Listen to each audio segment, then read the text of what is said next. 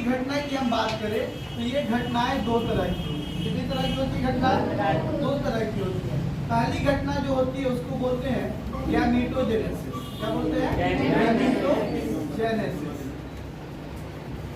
कहता है कि the process of formation of gamete that's called gametogenesis. वैसी प्रक्रिया जिसमें हम लोग युग्मक का निर्माण करते हैं क्या कहलाता है? गैमीटोजेनेसिस कहलाता है। क्या कहलाता है बाबू? गैमीटोजेनेसिस कहलाता है।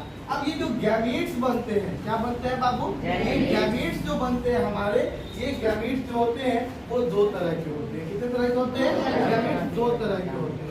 कौन कौन से गैमीट्स होते हैं भाई?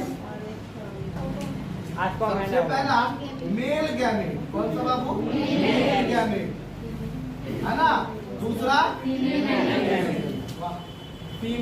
गैमीट। हिंदी में क्या बोलेंगे बाबू? नर युग्मक, नर युग्मक और मादा युग्मक। नर युग्मक जो होता है उसको हम लोग एनिमल के केस में बोलते हैं SPERM। क्या बोलते हैं? जबकि ZOIDS क्या बोलते हैं? देखते हैं कि ऑर्गेनिज्म जो होगा, कौन बाबू? ऑर्गेनिज्म जो होगा, ये ऑर्गेनिज्म दो कंडीशन हो सकता है। ये ऑर्गेनिज्म जब भी होगा, ये होगा डिप्लॉयड कंडीशन। किसमें? Diploid condition. डिप्लॉयड कंडीशन का मतलब इसका नंबर ऑफ क्रोमोसोम किसमें होगा? 2n में होगा। ये जब डिवीजन करेगा किसमें? n, है ना। फिर ये n जो होगा फिर डिवीजन करेगा किसमें? n, ये भी डिवीजन करेगा n और n। कोई दिक्कत बाबू? नहीं ना। इसको बोलते हैं हम M1, इसको बोलते हैं M2 और इस पूरी क्रिया को हम लोग बोलते हैं बाबू मियोसिस। क्या बोलते हैं? Meiosis division. क्या बोलते हैं? मियोसिस डिवीजन, जिसको हिंदी में हम कहते हैं अर्धसूत्री विभाजन। किसी को यहाँ तक कोई दिक्कत नहीं सर? अंदर क्या कह रहा है कि कोशिका का विभाजन हो रहा है ना। तेरा दादा के 4 गो लड़का, ज्वाइंट फैमिली, बड़ी बड़का परिवार। लेकिन जब संख्या बढ़ा तो क्या हुआ? बड़का चाचा हो ही जा, महिला चाचा हो ही जा, हमारे बाबूजी है जा, तो सब रहेगा। बंटवारा हुआ कि नहीं? एक घर से को घर हुआ ना भाई। उसी तरीके से जब इसमें सेल में डिवीजन होगा तो ये डिप्लॉयड नंबर ऑफ सेल्स जो था वो किसमें कन्वर्ट हो जाएगा? हैप्लॉयड नंबर में कन्वर्ट होगा ना भाई। तो जब ये हैप्लॉयड नंबर में कन्वर्ट हो जाएगा या बढ़ जाएगा तो ये किस फॉर्म में आ जाएगा? एन के फॉर्म में आ जाएगा। जैसे वो एग्जाम्पल यही ले लीजिए, हम बात करते हैं ह्यूमन। किसकी बात करते हैं? ह्यूमन। ह्यूमन में कुल कोशिका में कुल क्रोमोसोम की संख्या कितनी होती है? 46। कितनी होती है? 46। पहला क्या है? गैमीटोजेनेसिस। ठीक है बाबू, क्या कहना है? गैमीटोजेनेसिस। क्या कह रहा है? गैमीटोजेनेसिस। हिंदी बोलते हैं युग्मक का निर्माण। कहता है बाबू कि युग्मक बनने की क्रिया को क्या बोलते हैं? गैमीटोजेनेसिस कहते हैं। हमारे पास गैमीट्स जो होते हैं कितने तरह के होते हैं? दो तरह के। कौन कौन? Male gametes. तो वो सारी बातें यहाँ आपको दी हुई है कि गैमीटोजेनेसिस कहते हैं। कह रहा है गैमीट मुख्य रूप से मेल या फीमेल हो सकते हैं। मेल गैमीट को स्पर्म एनिमल में, एंथ्रोजॉइड्स हम लोग कहते हैं किसमें? प्लांट्स में। फीमेल गैमीट्स को ओवम या एग। कोई दिक्कत? कह रहा है कि गैमीट्स मुख्य रूप से हैप्लॉइड होते हैं। हैप्लॉइड मींस क्या बाबू? नंबर ऑफ क्रोमोसोम जो होगा, number of chromosome, number of chromosome क्या होगा? n होगा। क्या होगा? n होगा। हिंदी में बोलते हैं कि अगुणित होते हैं तथा दो गैमीट्स आपस में मिलकर डिप्लॉयड सेल का निर्माण करते हैं। यानी कि 2n आपस में मिलेंगे। 2n का मतलब क्या? n प्लस n मिलकर क्या करेगा? 2n बनाएगा। यानी कि 2n बनाएगा। एक n जो होगा वो आपका क्या होगा? स्पर्म होगा। दूसरा एंड जो होगा वो क्या होगा, ओवम होगा। क्या होगा, ओवम होगा। और ये टू एंड जो होगा वो आपका क्या हो जाएगा, ज़ाइगोट। क्या हो जाएगा, फॉर्मेशन करते हैं किसका, गैमीट्स का फॉर्मेशन करते हैं। किसका फॉर्मेशन करते हैं, गैमीट्स। कहता है बाबू आगे कि गैमीट जो होता है, नोट है ये, गैमीट जो होता है किसी जीव में लैंगिक प्रजनन में भाग लेने वाला वह कोशिका है या वह कण है जिनमें उस के सभी अनुवांशिक गुण क्या होते हैं, मौजूद होते हैं।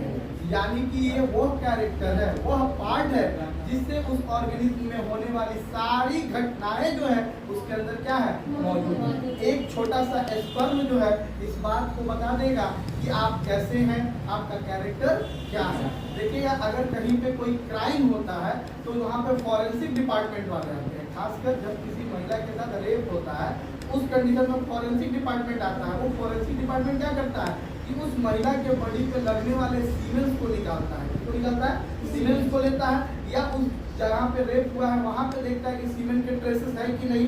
और सीमेन का मतलब विल यानी स्पर्म के ग्रुप्स को कहेंगे, वो ग्रुप्स को लेता है, लेने के बाद लैब में ले जाता है, उसको चेक करता है और चेक करके बताता है कि इस महिला के साथ कितने लोगों ने क्या किया है, रेप किया है। अगर एक होगा एक ही के ट्रेस मिलेंगे, एक से ज्यादा होगा तो उनके ट्रेसेस मिलेंगे।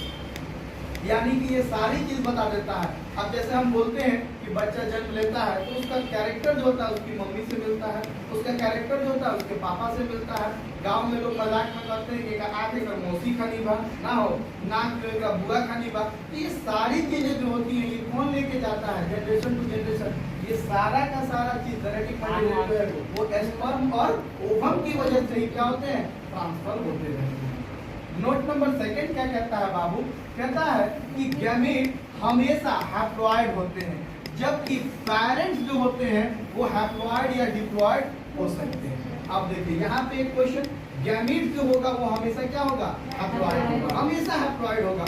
लेकिन पेरेंट जो होगा वो डिप्लॉइड और हैप्लॉइड हो सकते हैं। जो पेरेंट हैप्लॉइड होते हैं, जो पेरेंट्स क्या होंगे बाबू, हैप्लॉइड होंगे, उनमें सिर्फ क्या होगा, माइटोसिस डिवीजन होगा। क्या होगा, माइटोसिस सेल डिवीजन होगा।